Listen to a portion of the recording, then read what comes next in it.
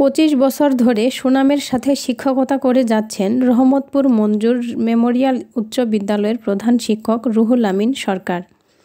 গাইবান্ধা টিভিকে দেয়া এক সাক্ষাৎকারে তিনি বলেন, 2001 সালে এই প্রতিষ্ঠানে যোগদান করি। মাত্র 20 জন শিক্ষার্থী নিয়ে যাত্রা শুরু করলেও বর্তমানে আমাদের প্রতিষ্ঠানের শিক্ষার্থী 1000+।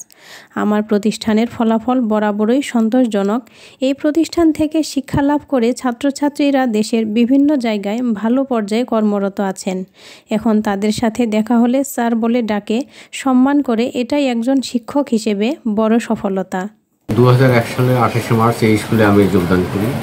যোগদান করার পরে এই প্রতিষ্ঠানের অবস্থা খুব খারাপ ছিল। ছাত্রছাত্রীর সংখ্যা অপ্রতুল ছিল, খুব অনেক কম ছিল। সেখানে 20 জন ছাত্র নিয়ে যাত্রা শুরু করি 2001 সালে। এখন এই প্রতিষ্ঠানে 1000+ স্টুডেন্ট, কারিগরি শাখা সহ এসএসসি ভূষণ সহ কিছু 2001 সালে জয়েন করার পরে আমার প্রতিষ্ঠানের বরাবর রেজাল্ট খুব ভালো, সন্তোষজনক। শতভাগ পাশ করে এই প্রতিষ্ঠান থেকে পাশ করে অনেক ছাত্রছাত্রী দেশের বিভিন্ন জায়গায় কর্মরত আছেন, ভালো ভালো পর্যায়ে আছে। আমাদের প্রতিষ্ঠান 1968 সালে স্থাপিত। যদিও 1968 সালে প্রতিষ্ঠানে স্থাপিত, কিন্তু অবকাঠামো দিক দিয়ে আমার প্রতিষ্ঠানের উন্নয়ন হয়নি। কিন্তু একাডেমিক সাইডে অনেক উন্নয়ন হয়েছে। এখানে ছাত্রছাত্রীর সংখ্যা বৃদ্ধি পাইছে, পড়ালেখার মান যথেষ্ট অগ্রগতি।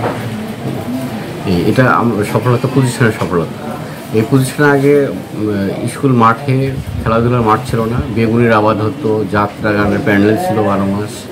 আমি সেটা উচ্ছেদ করতে পেরেছি, এলাকাবাসীর সহযোগিতায় সেটা উচ্ছেদ করতে পেরেছি।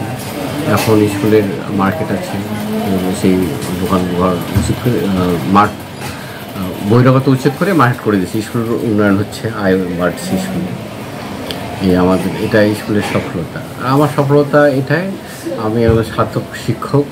আমি ছাত্রছাত্রীর অনেক উন্নয়ন করতে পেরেছি, মেধা দান করছি, শিক্ষা দান করছি। এই স্কুল থেকে পাশ করে অনেক ছাত্রছাত্রী দেশে বিভিন্ন ভালো ভালো পাবলিক বিশ্ববিদ্যালয়ে পড়াশুনো করছে, অনেক ভালো ভালো পর্যায়ে চাকরি করছেন। তারা দেখা হলে আমাকে সম্মান করেন, স্যার বলেন, এটাই আমার সফলতা।